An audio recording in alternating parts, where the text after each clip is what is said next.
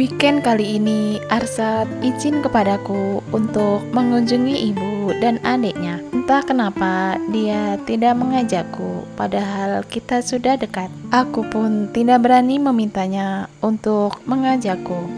Ketika Arsad hendak pergi, Ikang dan Isti datang bersama Agung. Aku sangat kaget.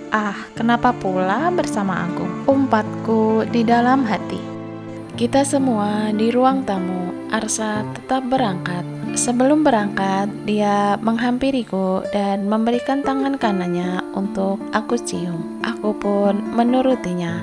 Aku terkesiap ketika Arsad mencium keningku. Ini pertama kali keningku dicium di depan orang lain. Arsad ingin menunjukkan pada Agung bahwa aku miliknya, istrinya. Ra, maaf, kami bersama Agung kesini. Ikang memulai pembicaraan ketika Arsad sudah tidak terlihat. Aku hanya diam. Isti duduk di sampingku. Ra, kenapa nggak bilang kepadaku kalau kalian suami istri? Emang apa hubungannya denganmu? Terserah aku mau menikah dengan siapa. Aku sedikit sinis. Tapi Ra, aku masih mencintaimu. Jika kau mencintaiku, saat itu kau seharusnya tidak selingkuh. Maaf Ra, aku kilap. Kan sekarang aku sudah tidak bersama Meli lagi. Apa peduliku? Lagian kita sudah lama berpisah dan aku sudah tidak mencintaimu lagi. Bohong, aku tahu kamu masih mencintaiku dan memikirkanku. Sok tahu kamu, Gung. Buktinya sudah jelas Ra. Meskipun kau sudah punya suami, tapi pandanganmu di pantai saat itu masih mengharapkanku. Oh iya? Kau terlalu pede, Gung. Ra, aku ingin kau bercerai dengan Arsad dan kita menikah. Apa? Iya Ra, kita rajuk kembali cinta kita yang tertunda. Kita pasti bahagia bersama. Enak banget kamu ngomong kayak gitu.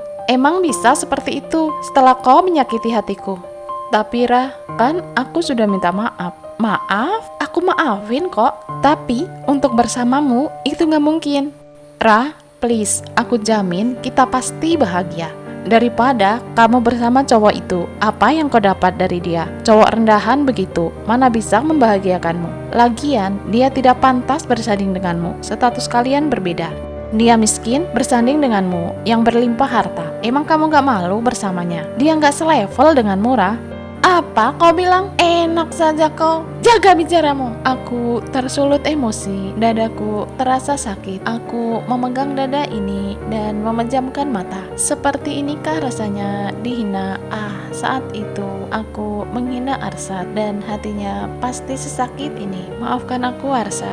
Kau seenaknya bicara. Mentang-mentang kau punya uang terus bisa merendahkan orang lain. Ra, itu kenyataannya. Diam, pergi Gong, pergi kataku, pergi dari rumahku. Aku sangat marah, suaraku meninggi, aku sampai gemetar dan dadaku naik turun. Aku berdiri mengusir Agung dengan mengangkat tangan kanan dan mengacungkan telunjuk ke atas. Isti langsung berdiri dan menahanku. Sabarlah, sabar, istighfarah. Ikang langsung menghampiri Agung dan merangkulnya, tepatnya mengajak paksa Agung keluar. Masih ku dengar Agung berteriak, Ra, aku akan menunggumu. Padahal tangannya sudah ditarik Ikang agar keluar dari rumahku. Aku menjatuhkan bobot tubuh ini ke sofa dan bersandar. Mataku terpejam dan beristighfar sambil mengatur nafas. Isti memegang tanganku dan mengelus-ngelusnya. Sabar, sabar, sabar. Ikang kembali setelah terdengar suara mobil meninggalkan rumahku. Sorry Ra, kami minta maaf. Mataku terbuka melihat Isti dan Ikang bergantian. Ada perasaan kesal ke mereka karena membawa Agung tanpa meminta persetujuanku. Jika kami memberitahukanmu, pasti kamu tidak setuju. Kami hanya tidak ingin kau menyimpan dendam di hatimu. Rasa sakit ditinggal Agung harus kau buang jauh, biar kau bisa hidup dengan ketenangan.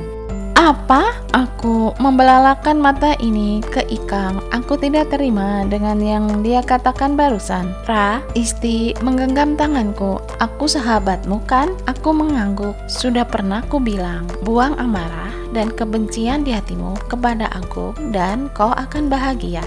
Maksudku begitu, Ra. Kau bisa bahagia dengan Arsad. Aku terdiam dan berpikir, memang sih ada benarnya omongan mereka. Selama ini aku tidak dekat dengan Arsad karena aku berpikiran bahwa laki-laki itu sama saja pasti akan selingkuh dan menyakiti hati wanita. Ketahuilah, Ra, bahwa kami Isti menjedahnya dan menatap Ikang, meminta persetujuannya. Lama mereka terdiam, akhirnya Ikang yang bersuara, "Kita berdua sudah izin Arsad." Apa? Aku tak percaya dengan perkataan Ikang barusan. Arsad tahu? Mereka serempak mengangguk. Ada perasaan senang, Arsad ternyata memperhatikanku, dan ada perasaan kesal karena dia ikut merencanakan pertemuanku dengan Agung.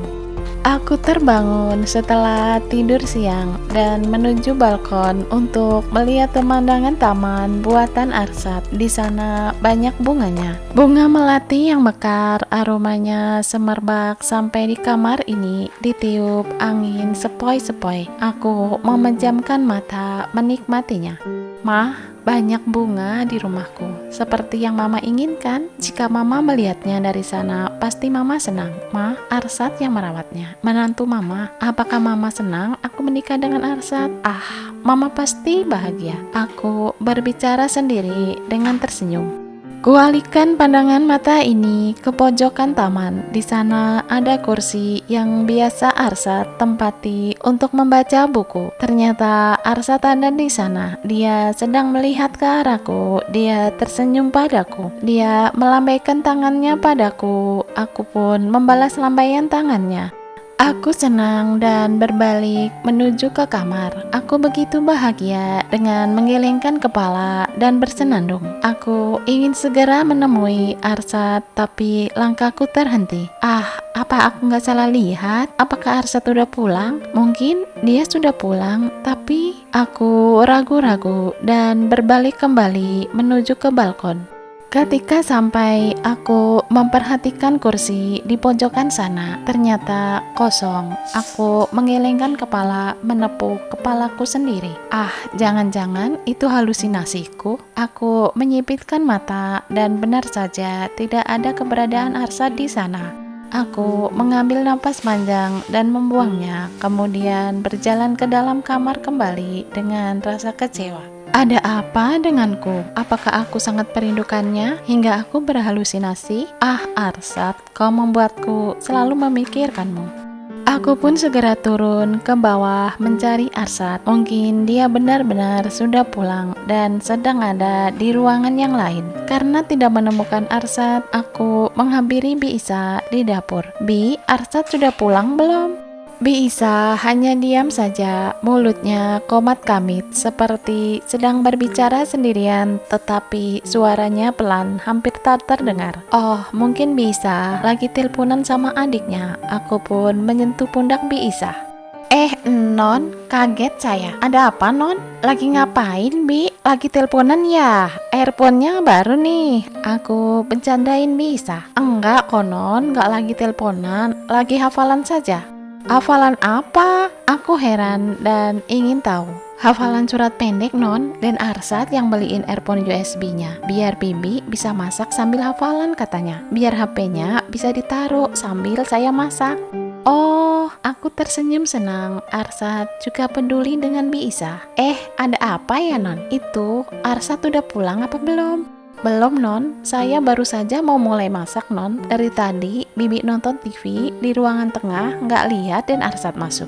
Oh, jadi belum pulang ya? Suaraku pelan, hampir tak terdengar. Aku kecewa meninggalkan Bi Isa dan berjalan kembali menuju ruang tengah dengan malas. Bersambung ke bab selanjutnya.